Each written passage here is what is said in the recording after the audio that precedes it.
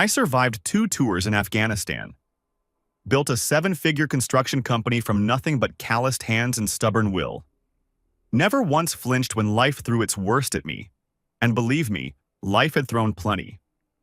But standing in my office that Monday afternoon, phone pressed to my ear, listening to my 6-year-old son's kindergarten teacher describe Uncle Mark and the locked bedroom door, that's when something inside me went completely, terrifyingly still. Not angry. Not yet. Calculating. "Mr. Taylor, are you still there?" I realized I'd gone silent for nearly 30 seconds. David Patterson, Tyler's teacher, sounded genuinely concerned. Good man, the kind who actually paid attention to his students. "I'm here," I said, my voice surprisingly steady. "Tell me exactly what Tyler drew." "Well, during art time today, the children were asked to draw their families at home. Tyler drew your house. He's quite detailed for his age, actually, with you at work, labeled Daddy. Then he drew your wife and a man he called Uncle Mark, in what he labeled as the bedroom, and himself, playing alone downstairs. The fluorescent lights in my office suddenly seemed too bright, too sharp. Did he say anything else about this Uncle Mark?" Patterson hesitated. "He mentioned that Uncle Mark visits when you're at work, and that it's a secret. He seemed a little anxious about mentioning it, actually. I don't want to overstep, Mr. Taylor, but I felt you should know. Children process things through art, and sometimes you did the right thing," I cut him off. "Thank you for calling me." After I hung up, I sat motionless for a full 5 minutes. The construction site noise filtered through my window, the beeping of a backhoe, someone shouting instructions, the rhythmic pounding of a nail gun. Normal sounds. My normal life. Except nothing was normal anymore. My military training kicked in hard.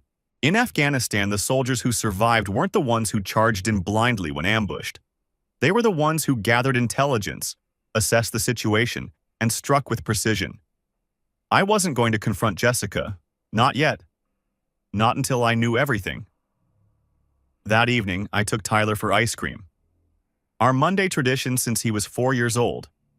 Rocky Road for me, strawberry for him, and we'd sit in that red vinyl booth at Scoops and talk about his day. "So, buddy," I said casually, watching him attack his cone with the single-minded focus only a 6-year-old can muster. "What did you do at school today?" "Art. I drew our house." "Yeah? That sounds cool. What did you put in the picture?" "You at work. You're always at work." He said it matter-of-factly, no accusation, just a kid stating truth. "And Mommy, and Uncle Mark." I kept my face neutral, took a bite of my ice cream like we were discussing the weather. "Uncle Mark, huh? I don't think I know him. Is he a friend of Mommy's?" Tyler nodded, pink ice cream already smearing his chin.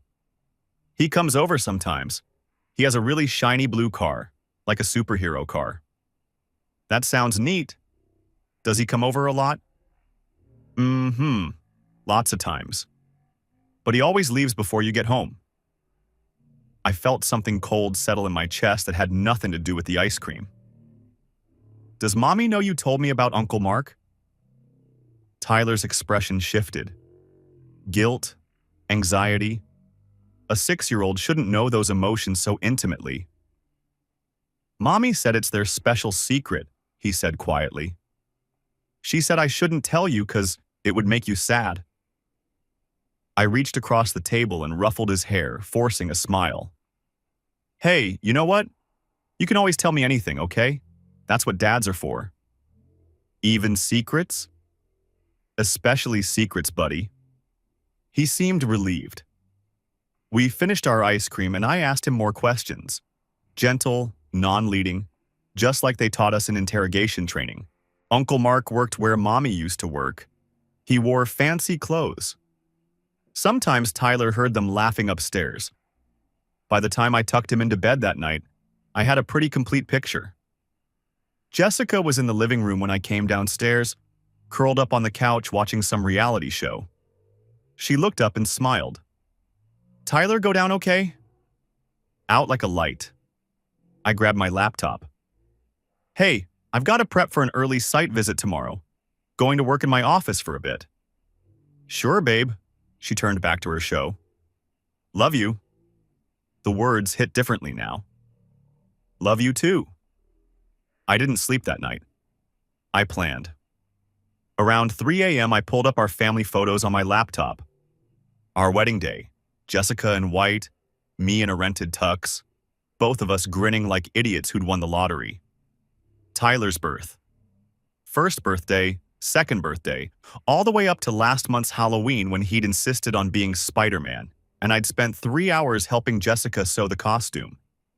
Had she been sleeping with him then? When we stayed up late with fabric and a hot glue gun, laughing at our terrible craftsmanship, was she already planning her exit? I closed the laptop. Sentiment was a luxury I couldn't afford. Tuesday morning, I made a quick stop at the electronics store before heading to the job site. A dash cam, the kind with interior and exterior recording, and a small GPS tracker. Total cost, about $200. The car was in my name, completely legal. Those carjackings have me worried, I told Jessica when she asked about the dash cam installation. Just want you and Tyler safe. She actually thanked me, kissed my cheek, called me thoughtful. Wednesday, I called in sick for the first time in 3 years. My foreman, Rick, nearly had a heart attack. You okay, boss? You need anything? Just a stomach bug. I'll be back tomorrow. I parked my truck 3 blocks from my own house, in the lot of a church that wasn't holding services. I had a thermos of coffee, a telephoto lens I'd borrowed from my buddy Jake who did photography on the side, and absolutely nothing but time. At 10:47 a.m., a blue BMW 3 Series pulled into my driveway. I raised the camera. The man who got out was tall, fit, probably late 30s. Expensive charcoal suit. The kind of guy who spent more on his haircut than I spent on work boots.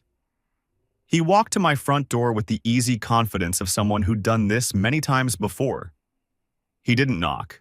He used a key. My key. To my house. Where my son's superhero posters hung on his bedroom wall. Where I'd carried Jessica over the threshold 7 years ago.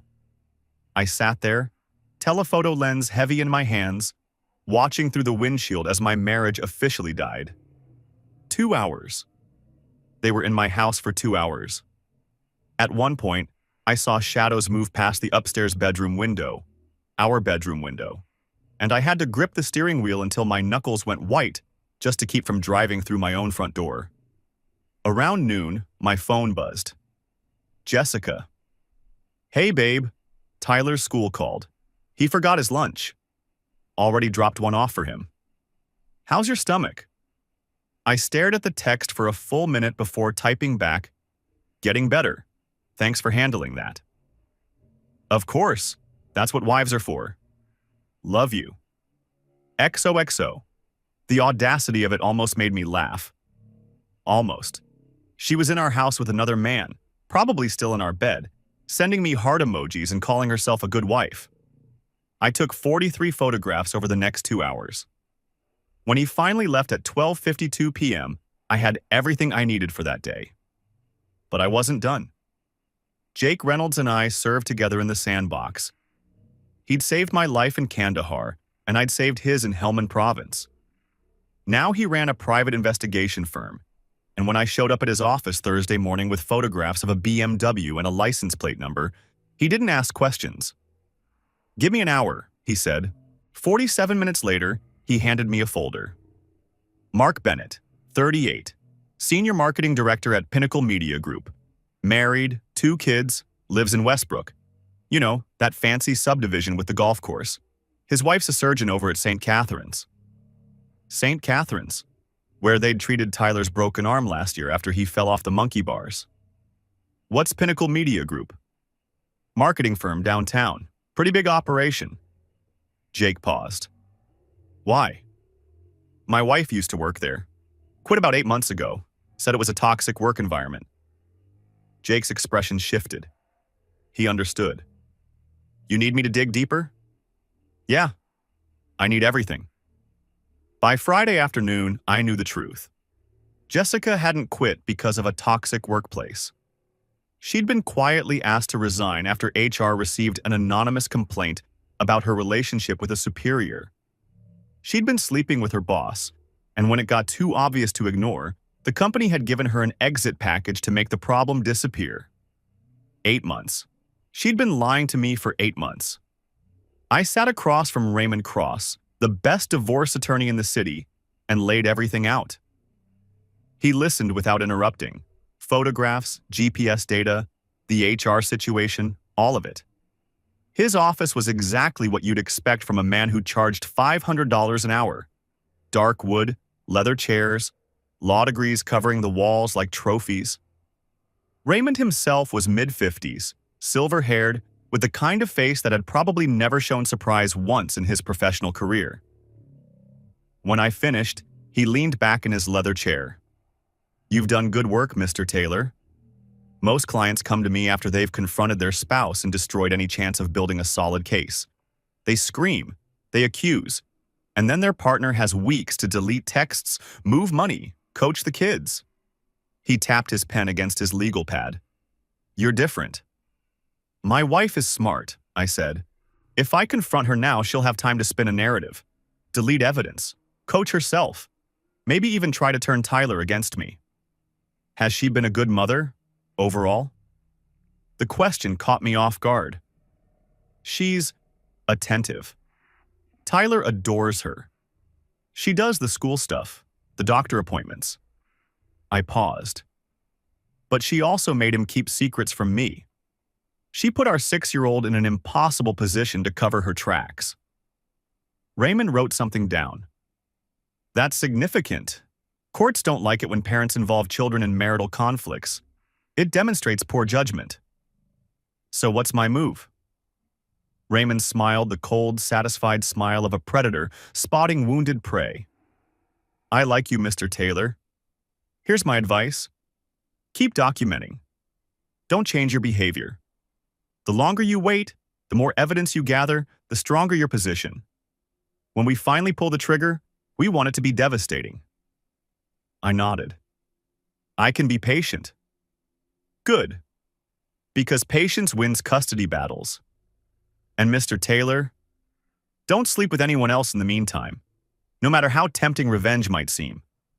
I want you squeaky clean when we walk into that courtroom."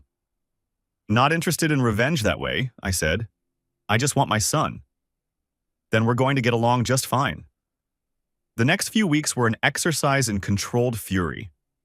I went to work, coached Tyler's little league team, had dinner with my wife every night, made love to her when she initiated, though something inside me died a little each time, all while building my case. I accessed our phone records, the family plan was in my name, and discovered Jessica had exchanged over 3,000 texts with Mark Bennett in the past 6 months. Phone calls averaging 45 minutes, always during my work hours. I found cash withdrawals. 200 here, 300 there. Almost $4,000 over 6 months, supposedly for household expenses and girls' trips. The receipts hidden in her car told a different story.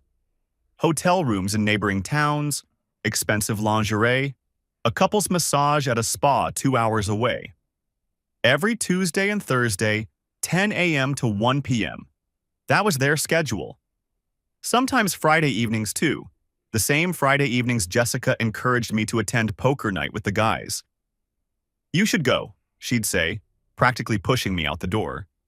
"You work so hard. You deserve time with your friends." What a thoughtful wife.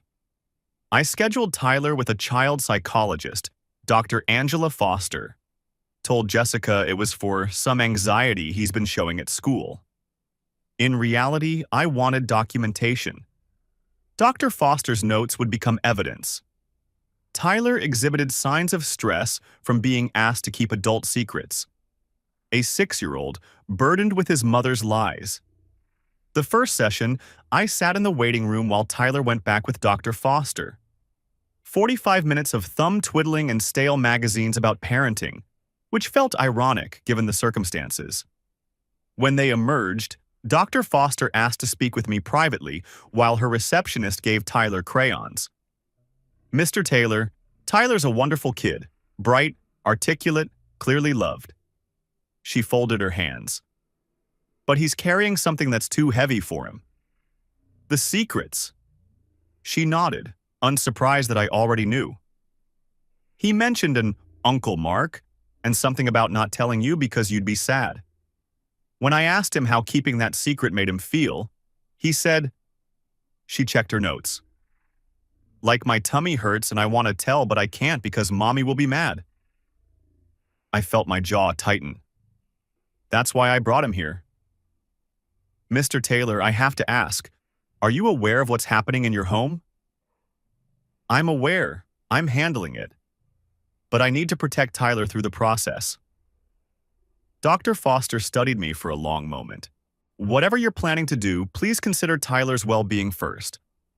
Divorce can be traumatic for children, but staying in a home full of tension and secrets can be worse." "I know. That's why I'm here." She nodded slowly. "Then I'll help however I can. I'll be documenting everything Tyler shares with me, with appropriate clinical notes.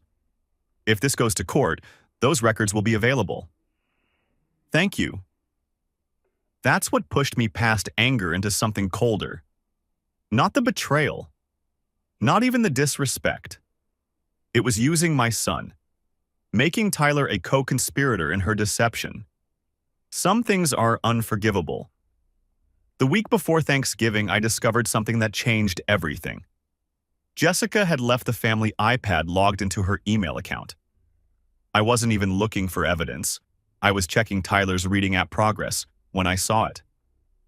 A message from 3 months earlier sent to Mark Bennett. "I've been thinking about what you said, about us being together for real. I've started looking at apartments. I want to wait until after the holidays to tell Sean. I don't want to ruin Tyler's Christmas. By February, we can be together. I just need you to finalize things with Laura first." I read it 3 times. She wasn't just cheating. She was planning to leave me. She'd been apartment hunting while kissing me goodbye each morning. She was going to let us celebrate Christmas as a family, one last performance, before blowing everything up in February. Every "I love you" for the past 3 months had been a lie. Every family dinner, every movie night on the couch, every time she'd looked at me with those brown eyes I used to trust. All of it was theater. I forwarded the email to my own account. Then I deleted the evidence that I'd accessed it. When Jessica came home that evening, I was sitting on the couch reading to Tyler. She leaned down and kissed my forehead. "How are my 2 favorite guys?" "Perfect," I said. "Just perfect." Thanksgiving was a masterpiece of pretense on both sides. We hosted at our place. My parents, my brother Daniel, and his wife Michelle, Jessica's sister Rachel. Turkey, stuffing, the whole traditional spread. Jessica was charming, attentive, the perfect hostess. "Sean, you are so lucky," Rachel said, watching her sister arrange the appetizer spread like she was styling a magazine shoot. "Jess has always been the domestic one. I can barely boil water." "Yeah," I said. "Lucky." During dinner, Jessica held court like always. Funny stories, thoughtful questions, making sure everyone's glass stayed full. She'd always been good at this, the performance of the happy home. I used to admire it. Now I saw it for what it was. Practice. I caught her texting under the table during dessert. "Everything okay?" I asked, keeping my voice casual. She startled slightly, then smiled. "Oh, just work stuff. You know how it is." She didn't work anymore. She'd left Pinnacle 8 months ago. "On Thanksgiving?" "Some clients don't respect holidays." She squeezed my hand. "Sorry, I'm putting it away now. This is family time." Family time, right. After dinner, while Jessica and Rachel did dishes, performance of sisterly bonding, my mother cornered me in the hallway. The night before, my mother had pulled me aside in the kitchen. Sean, I need to tell you something. I wasn't going to say anything, but it's been eating at me. She looked older suddenly, worried in a way I hadn't seen since I deployed overseas. I saw Jessica last month, in Millbrook. She was having lunch with a man. Very cozy, very close. What did he look like? Tall, good-looking, expensive clothes. I thought maybe it was a work thing, but she doesn't work anymore, does she? And the way she was looking at him? Mom's voice cracked. I should have said something sooner. I just didn't want to believe. It's not a work thing, Mom. She studied my face. You know, I know everything. Oh, Sean. Her eyes filled with tears. What are you going to do? I'm handling it. Don't worry. But don't say anything to anyone. Not yet. She squeezed my hand. I'm so sorry. I really thought she was the one for you. So did I. That night, Daniel cornered me in the garage while I grabbed more beer from the cooler. So when were you going to tell me? He demanded. Tell you what? About Jessica. Mom told me. What the hell, Sean? I've got it under control. Under control? Your wife is stepping out on you. We should do nothing. I kept my voice low but firm. I've got an attorney. I've got evidence. I'm building a case. When I take her down, it's going to be clean and complete. But I need you to stay calm. Can you do that? Daniel's jaw worked. My little brother had always been the hothead between us. This guy, you know who he is? Mark Bennett, marketing executive. His wife's a surgeon. Mark Bennett? Daniel's eyes widened. That's the guy whose brother-in-law owns Hartley Construction. They undercut us on the Riverside contract last year, and the municipal parking structure. I felt my blood turn cold. What? Yeah, man. I always wondered how they got insider information on our bids. Son of a... He caught himself. You think it's connected? It hadn't occurred to me until that moment, but suddenly, the pattern was clear. Mark Bennett wasn't just sleeping with my wife. He might have been actively trying to destroy my business. I'll find out, I said. The week after Thanksgiving, I met Laura Bennett. I debated reaching out to her for weeks. On one hand, she was a victim like me. On the other, involving her added unpredictability to my plan. But Daniel's revelation about the business contracts tipped the scales. I needed to know what she knew. We met at a coffee shop 30 miles outside of town, neutral territory. I recognized her from the photos. Attractive, professional, the kind of woman who radiated competence. She was already seated when I arrived, hands wrapped around a mug like she needed something to anchor her. Mr. Taylor, thank you for meeting me. Her voice was controlled, but I could see the strain in her eyes. Sean, and I think we're past formalities, Dr. Bennett. Laura, then. She took a breath. I have to ask, are you certain? About Mark and your wife? I slid my phone across the table. Photographs, GPS logs, the email. She scrolled through them with the clinical detachment of a surgeon examining scans. But her hands trembled slightly. I found something too, she said finally. A second phone, hidden in his golf bag. She laughed bitterly. He doesn't even play golf that often. I should have known. What's on it? Messages. To your wife, but also... She hesitated.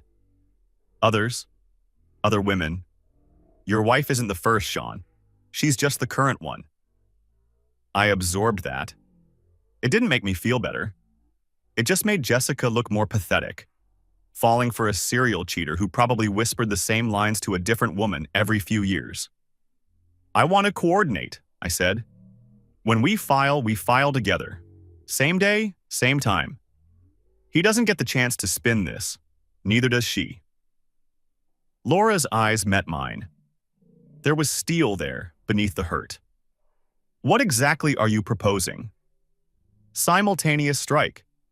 You serve Mark at his office in front of everyone. I confront Jessica at home.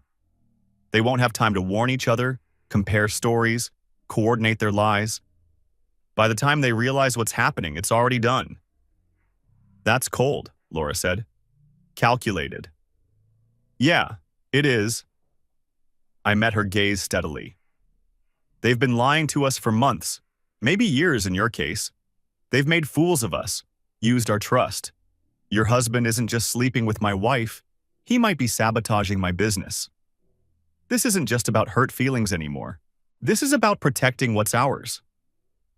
Laura was quiet for a moment, stirring her coffee with a plastic stick. When she looked up, her surgeon's eyes, the ones that made life or death decisions daily, were clear and focused. Mark missed our daughter's ballet recital last month. Said he had a work emergency. I found out later from a colleague that he left the office at 4 p.m. She set down the coffee stick. He missed watching our little girl dance because he was with your wife. I'm sorry. Don't be. It just means I'm in. She pulled out her phone, opened her calendar. When? Friday, December 6th. Mark has a board presentation scheduled. I checked his company's public calendar. Maximum humiliation. Jessica will be home alone. Laura smiled, and it wasn't a nice smile. It was the smile of someone who'd been pushed past the point of civility. I'm in. The first week of December, I put my plan into motion. I told Jessica I had to travel to Chicago for a major contract negotiation. Made a whole production of it. Showed her the calendar, complained about being away, packed a suitcase while she watched. I'll miss you, she said, arms around my neck. 3 whole days. I'll make it up to you when I get back. The words tasted like ash. Tyler went to stay with my parents. Grandma time, I called it, and he was thrilled. I didn't want him anywhere near the house for what was coming. I didn't go to Chicago. I stayed at Daniel's apartment with a 6-pack of beer and a hired PI watching my house around the clock. Jake's associate, a former cop named Tony, handled the surveillance. He set up cameras across the street, documented every arrival and departure. You sure you want to do this? Daniel asked the first night, handing me a beer. Seeing the pictures is one thing. This is different, I know. You don't have to torture yourself, man. You've got enough evidence. It's not about evidence anymore. I twisted off the bottle cap. I need to know exactly what I'm dealing with, how deep this goes, who she becomes when she thinks I'm not watching. Daniel didn't argue. He understood, even if he didn't like it. Tony called at 7:14 p.m. Blue BMW just pulled into your driveway. Male subject exiting the vehicle, carrying an overnight bag. I closed my eyes. Get everything. Already am. He used a key. Didn't even knock. Your wife opened the door. They embraced. Passionate. I've got it on video. Keep recording. Will do. Sorry, man. The first night, Mark Bennett showed up at 7 p.m. with an overnight bag. He didn't leave until the following morning. Then came back that evening. For 3 days, while I was supposedly in Chicago, Mark Bennett lived in my house, slept in my bed, used my shower, ate breakfast in my kitchen with my wife. Daniel sat with me through all of it. Didn't say much, just kept the beers coming and let me process. At one point, around 2 a.m. on the second night, I finally cracked. You know what's messed up? I said, staring at my phone screen. Tony had sent a photo of the BMW still in my driveway at midnight. I keep thinking about all the times she said she was tired. Not tonight, babe. I'm exhausted. I've got a headache. Meanwhile, she's got energy for him. Our bedroom, my sheets. Don't. Daniel's voice was firm. Don't go down that road. It doesn't help.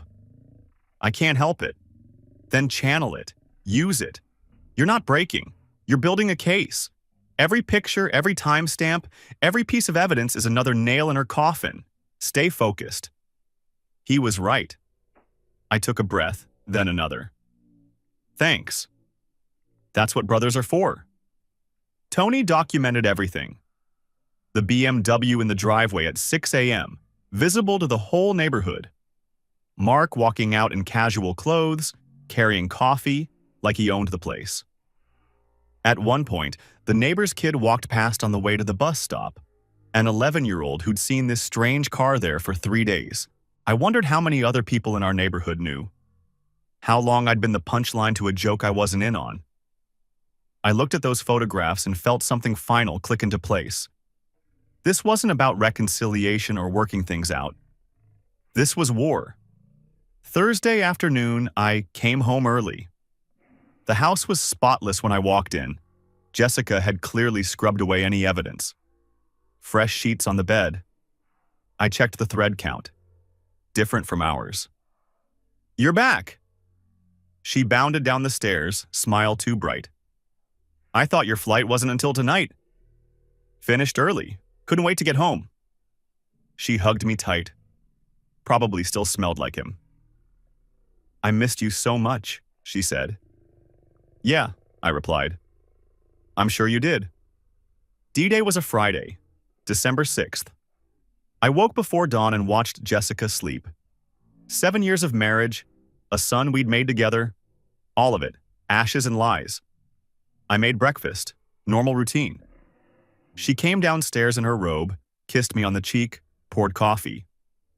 "I'm going to drop Tyler at school," she said. "Then I might run some errands. Need anything?" "Nope, I'm good." Tyler was with my parents, but she didn't know that. I told him it was a special extended grandparent visit. Kids are flexible. He didn't question it. She left at 8:15 a.m. At 8:30 a.m., Raymond Cross arrived at the house with his paralegal. They set up at the kitchen table like generals preparing for battle. At 8:47 a.m., 200 miles away, Laura Bennett's attorney walked into the executive conference room at Pinnacle Media Group, where Mark Bennett was presenting to his board of directors. At 9:15 a.m., Jessica walked through our front door, keys jangling, humming some song from the radio. She froze when she saw us. "Sean, what's going on? Who is this?" "Sit down, Jessica." I gestured to the chair across from me. "We need to talk." She looked at Raymond, at the paralegal, at the manila folder in front of me, 3 inches thick. "You're scaring me. What is this?" "Sit down." Something in my voice made her comply. Her face was pale now, the humming forgotten. I slid the first photograph across the table. Mark Bennett, walking into our house, clear as day. "What?" she started. I slid another, and another. His BMW in our driveway. Timestamps, dates. "Sean, I can explain." "GPS logs from your car." I pushed the printout toward her. "Hotel Valencia, October 3rd. You told me you were at Rachel's that night." "Brookside Inn, October 19th. You said you had a work conference." Her mouth opened and closed. No sound came out. I pulled out the final piece. The email. "I want to wait until after the holidays to tell Sean. I don't want to ruin Tyler's Christmas." I read her own words back to her. "By February, we can be together. You were planning this for months." Jessica's face crumpled. "Sean, please. I'm filing for divorce. I'm seeking primary custody of Tyler. My attorney has already submitted the paperwork." I kept my voice flat, emotionless. "Mark Bennett's wife is being informed as we speak. His career at Pinnacle is finished. He's done." "You don't understand," she said, tears streaming now. "You were never here. You were always working. I was lonely. You had an affair in our home, while our son was playing downstairs. You made Tyler keep your secret. You taught a 6-year-old to lie to his father." I leaned forward. "There is no version of this story where you're the victim. We can work through this." She grabbed for my hand. I pulled away. "Couples survive affairs all the time. Think about Tyler." "I am thinking about Tyler. That's the only reason I'm not burning everything you love to the ground." I stood up. "You have until 5 p.m. to pack a bag. My attorney will be in contact about the rest." "Sean, please." She stood too, mascara running. This isn't who I am. I made a mistake. One terrible mistake. 8 months, I said flatly. 3,000 text messages, 27 hotel visits, the email planning your exit. That's not a mistake, Jessica. That's a lifestyle. The email was... I was confused. I never really meant, you were apartment hunting. My voice didn't waver. While you kissed me goodbye every morning and made dinner with our son every night. While you encouraged me to go to poker so you could have the house to yourself. You had a whole double life, and you were ready to throw Tyler and me away like we were nothing. You were everything, her voice cracked. That's what you don't understand. I love you. I love our family. Mark was just an escape, a fantasy. I was never really going to... You gave him a key to our house. Silence. He slept in our bed for 3 days while I was in Chicago. He walked past our son's room every morning. You weren't confused, Jessica. You weren't lonely. You were selfish. And now you get to live with the consequences. She collapsed back into her chair, sobbing. Raymond watched with professional detachment. His paralegal was taking notes.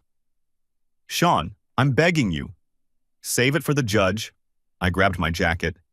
5 p.m., don't be here when I get back. I walked out without looking back.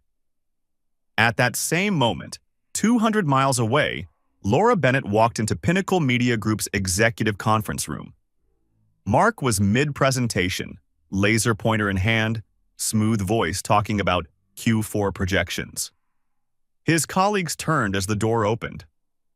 Laura? He looked confused. What are you doing here? She didn't say a word.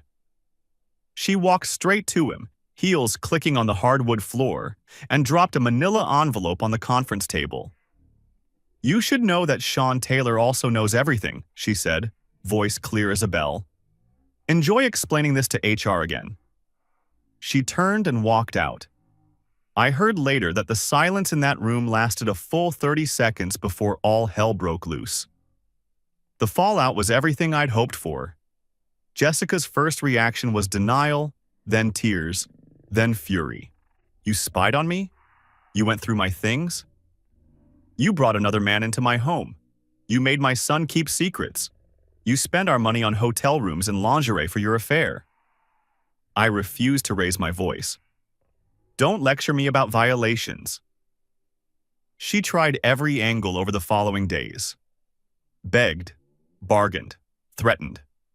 Showed up at the house twice before Raymond sent a cease and desist. Left voicemails alternating between sobbing apologies and screaming accusations. One voicemail stood out. You think you're so perfect, don't you? Mr. Military Hero, Mr. Successful Businessman. But you were never there, not emotionally. You checked out years ago and left me to raise Tyler alone while you built your empire.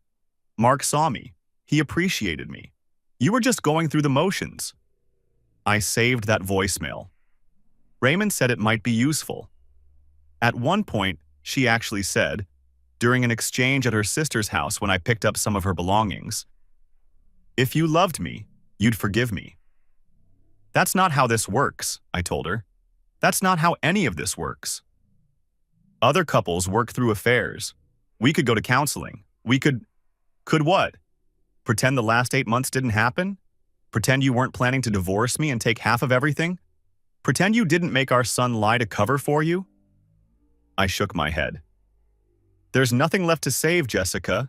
You burned it down. I'm just clearing the ashes. She moved in with her sister Rachel that first weekend. I heard through the grapevine that Rachel's sympathy evaporated pretty quickly once she learned the full story, the married man, the boss relationship, the using Tyler as a secret keeper. I love my sister, Rachel told me when she called to apologize. Apparently, Jessica had told her a very different version initially, painting me as an abusive controller. But what she did was wrong. I can't defend it. I don't need you to pick sides, I said. Just be there for Tyler when he needs his aunt. I will, I promise. Mark Bennett was terminated from Pinnacle within 48 hours. Turns out his relationship with Jessica wasn't his first violation of their fraternization policy. HR had a file. Laura's very public confrontation was just the final nail. His severance was minimal. His professional reputation, cultivated over 15 years, was destroyed in an afternoon. I heard details secondhand. Jake had contacts at Pinnacle who were happy to gossip. Apparently, Mark had tried to explain, tried to minimize. It's a personal matter, completely separate from work. The CEO had cut him off. Your personal matter just walked into our boardroom during a presentation to our largest client. Your personal matter is now company gossip. We can't have a senior director whose dirty laundry is public entertainment.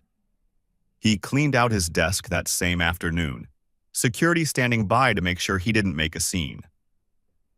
The office watched from behind their monitors, pretending not to stare.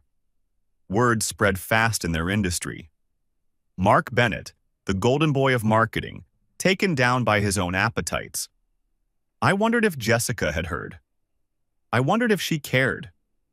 A week after D-Day, Jessica tried to turn the tables. She hired an aggressive attorney who filed a counter-motion claiming I'd emotionally abused her, that my surveillance constituted controlling behavior, that my emotional unavailability had driven her to seek comfort elsewhere. Raymond called me with the news, and I could hear the smile in his voice. She's claiming you were the bad guy all along? Apparently, I'm a controlling, emotionally distant tyrant who drove her into another man's arms through my pathological work obsession and inability to provide emotional intimacy. That's creative. She also claims you stalked her with illegal surveillance equipment. The GPS was on my property. The dash cam was in a car I own. Everything was legal. I know. She knows. Her attorney knows. This is a Hail Mary, Sean. She's hoping the court will see you as a jealous husband who invaded her privacy, rather than a father who documented his wife's affair to protect his child. Will it work? Not a chance, but we need to be ready. Raymond Cross was prepared. We presented character witnesses, neighbors who testified I was always home for dinner when possible, parents from Tyler's school who'd seen me at every event, guys from my crew who confirmed I ran a fair operation and cared about people. We showed documentation proving all surveillance methods were legal. We demonstrated my involvement in Tyler's life, coaching, school events, regular one-on-one time. Her gambit didn't just fail, it backfired spectacularly. The judge noted in his preliminary remarks that her attempt to paint herself as a victim undermined her credibility. The custody evaluator, a guardian ad litem named Sandra Webb, spent several weeks interviewing everyone involved. She observed Tyler with each of us separately. She spoke to teachers, neighbors, family members. Her preliminary finding landed like a bomb on Jessica's case. Tyler is bonded to both parents, the report stated. However, he demonstrates increased stability, comfort, and emotional security in his father's presence. Of particular concern is Tyler's documented anxiety related to keeping parental secrets, as noted by his treating psychologist. The affair conducted in the family home, with the minor child present, represents a significant lapse in parental judgment. Jessica cried when she read it. I felt nothing but grim satisfaction. Christmas was strange. I had Tyler for Christmas morning. The important part, Santa and presents and pancakes. My parents came over along with Daniel and Michelle. We established new traditions, a waffle bar instead of Jessica's usual French toast, an afternoon hike instead of watching Christmas movies. Tyler seemed okay. Kids are resilient in ways adults forget. He asked about Mommy occasionally, and I always kept my answers neutral. Mommy loves you very much, but she and Daddy are going to live in different houses now, like Jaden's parents. Jaden was Tyler's best friend, whose parents had divorced the previous year. The comparison helped him contextualize it.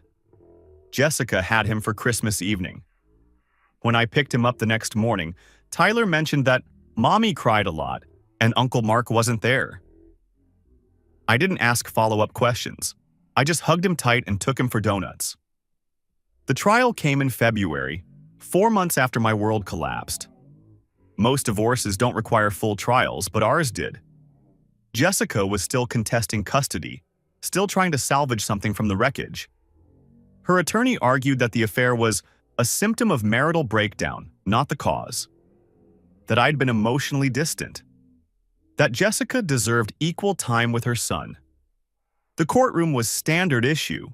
Wood paneling, fluorescent lights, an American flag that had seen better days. Jessica sat at her table in a conservative blue dress, hair pulled back, doing her best to look like a devoted mother wrongly accused. Her attorney, a sharp-faced woman named Linda Hartley, had built a reputation on defending women's interests in high-conflict divorces.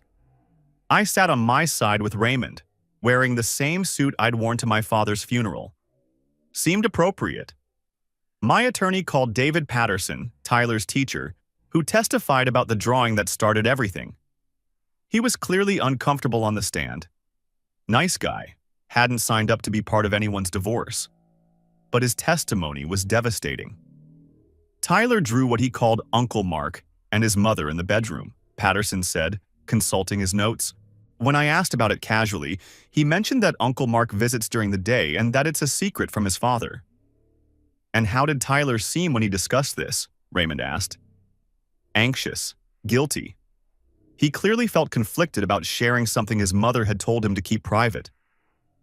Jessica's attorney tried to minimize it on cross. Kids draw all sorts of things, imaginations run wild, etc. But the damage was done.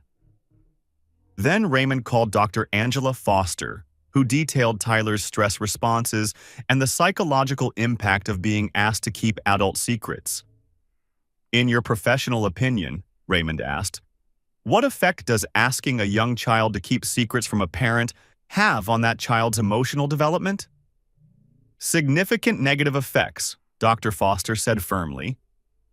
It creates divided loyalties, forces the child into an adult conflict, and often results in anxiety, guilt, and difficulty trusting authority figures.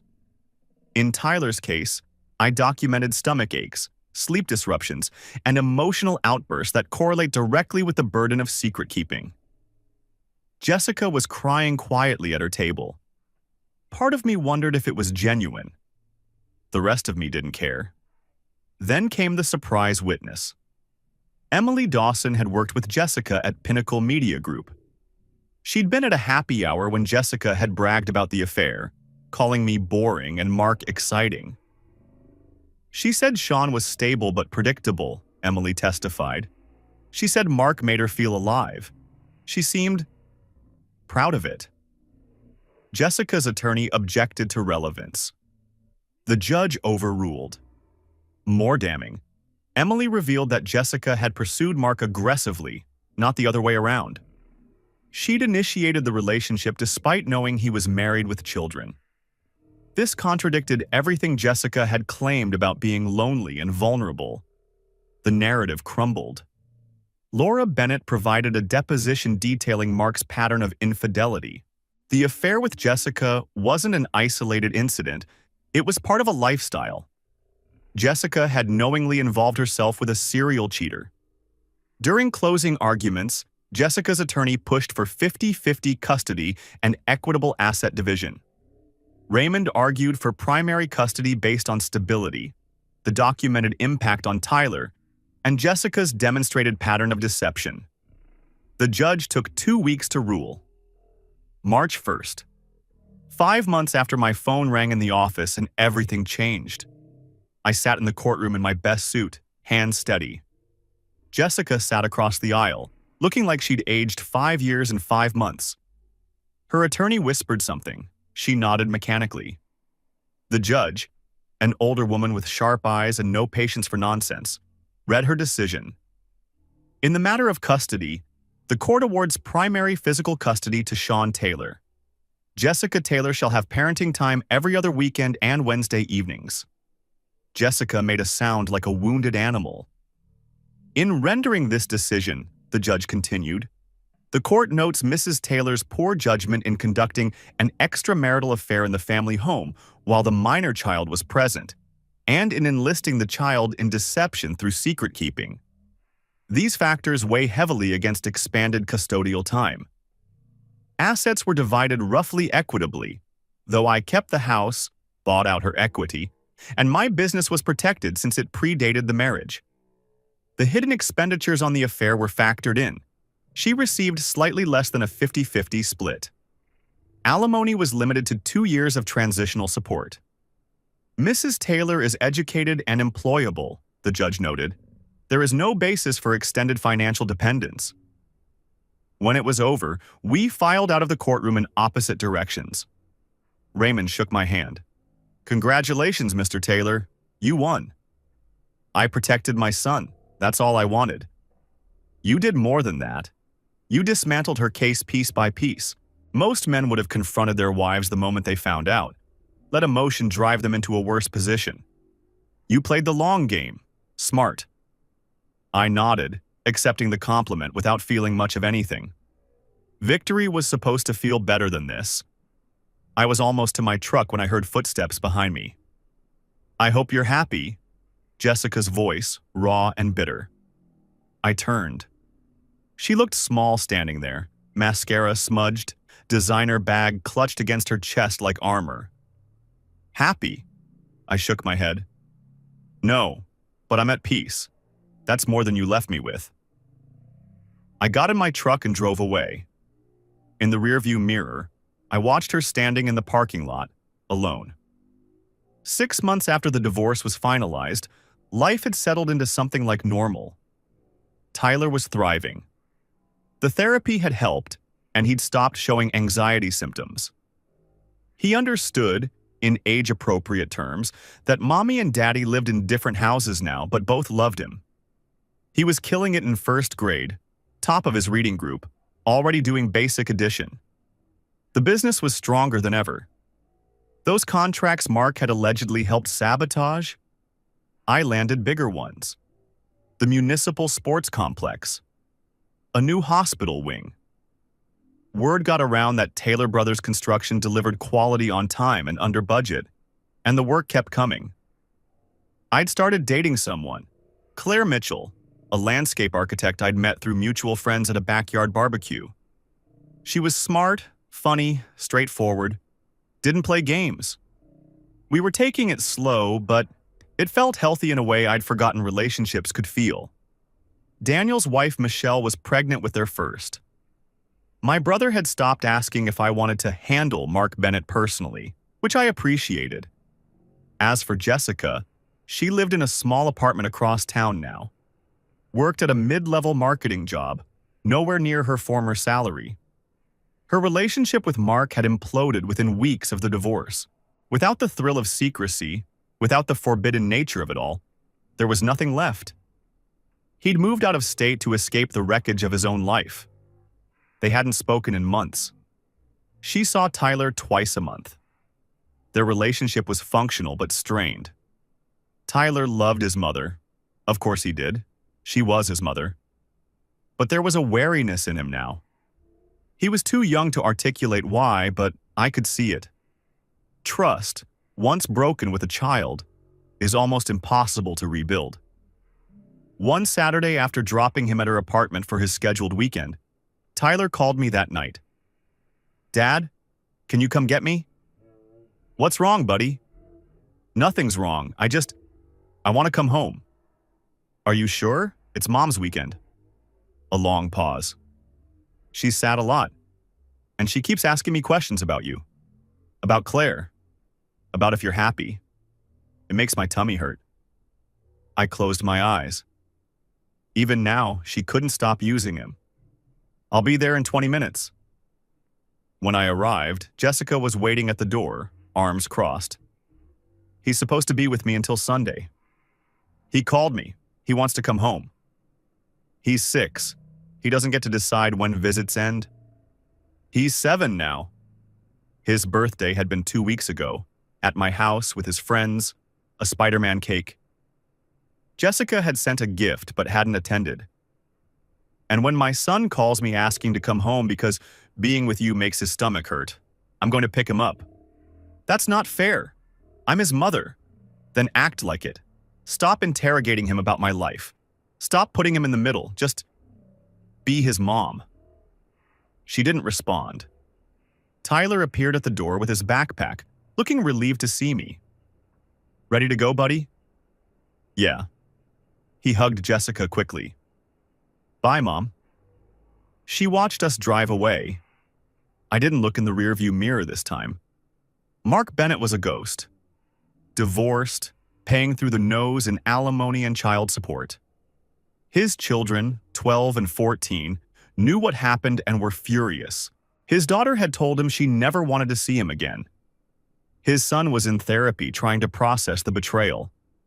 He'd taken a lesser position at some firm in another city, starting over as a diminished version of himself. Laura told me she'd heard he'd tried to contact Jessica once, about 3 months after everything fell apart. She'd blocked his number. Funny how quickly soulmates become strangers when the consequences arrive. Laura Bennett and I exchanged Christmas cards that first year. Strange, the bonds that form between people who've weathered the same storm. She was thriving. Her career continued to flourish. She'd started dating a nice guy who treated her kids well. The last time we spoke, she sounded genuinely happy. That night, I met Daniel for beers at our usual spot, a dive bar called the Rusty Anchor that had been serving construction workers since before either of us was born. You seem good, Daniel observed, sliding into the booth across from me. Like actually good, not pretending. I am good. I took a long pull from my beer. Took a while, but yeah. Claire still in the picture? We're going to her sister's wedding next month, as a couple, official-like. Daniel grinned. Look at you, moving on with your life like a functional adult. Imagine that. We clinked bottles. Around us, the bar buzzed with the after-work crowd. Guys from various job sites, nurses from the hospital down the street, a few regulars who seemed to live on their stools. Can I ask you something?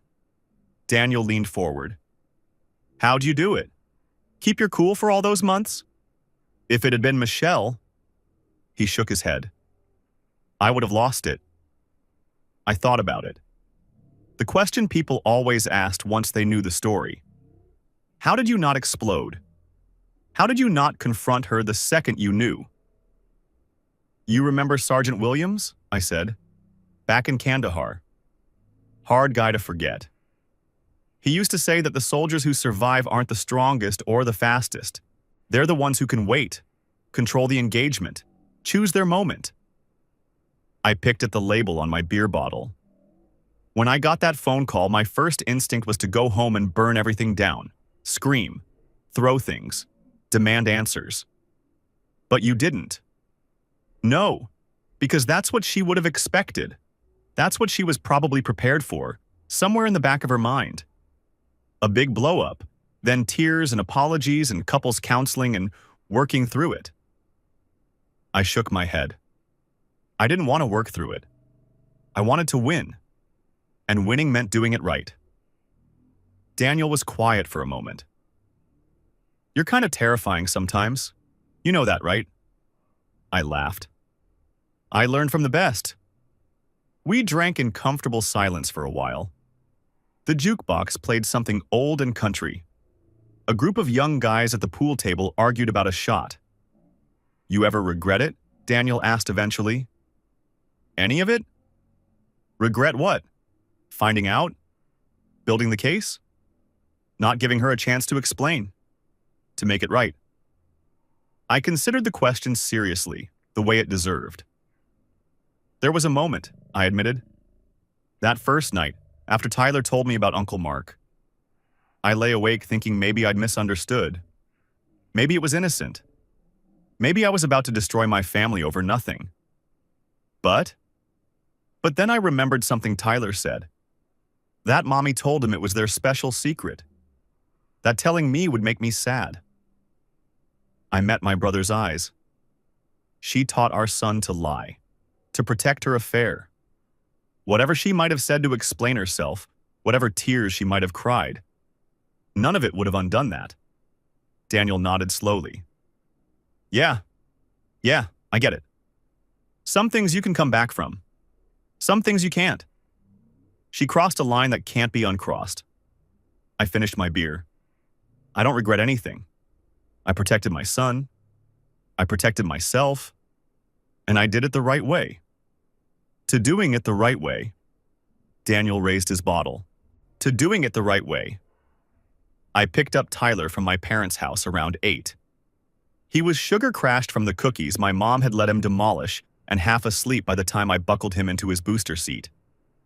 Dad? His voice was drowsy. Yeah, buddy? Is Claire going to be at the house? Not tonight. She's got work early tomorrow. Okay, a pause. I like Claire. She's nice. I like her too. Do you love her, like you loved Mommy? I glanced at him in the rearview mirror. His eyes were heavy-lidded but serious. Kids ask the realest questions at the worst times. I don't know yet, buddy. Sometimes these things take time to figure out. He seemed to accept this. I think you should love her. Then maybe she could live with us and I could have a dog. I laughed. That's quite a logical leap there, pal. Emma's mom has a boyfriend and Emma got a dog. I'm just saying. We'll see about the dog. Now close your eyes. We'll be home in 10 minutes. He was asleep before we hit the highway. I carried him inside, tucked him into bed, brushed the hair off his forehead. He looked so peaceful when he slept. So untouched by all the adult chaos that had swirled around him. I went downstairs, poured myself 2 fingers of whiskey, and sat on the back porch. The night was clear, stars visible despite the suburban light pollution. Somewhere down the street, a dog barked. A car drove past. Normal sounds of a normal life. My phone buzzed. Claire. Thinking about you. Can't wait for this weekend. I smiled and typed back. Same.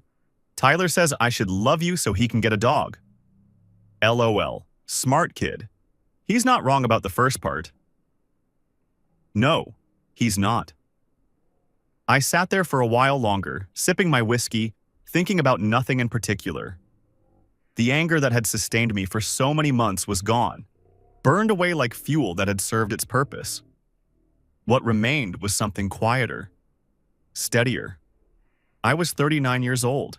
I had a son who loved me, a business that thrived, and a future that felt open instead of predetermined. The woman I'd married had betrayed me in the most complete way possible, and I'd survived it. More than survived, I'd come out the other side stronger. Tomorrow there would be meetings and job sites and Tyler's soccer practice and all the mundane business of building a life. But tonight, there was just this. The quiet satisfaction of a battle won, and the peace of knowing I'd done right by my son. I finished my whiskey, locked the doors, and went to bed.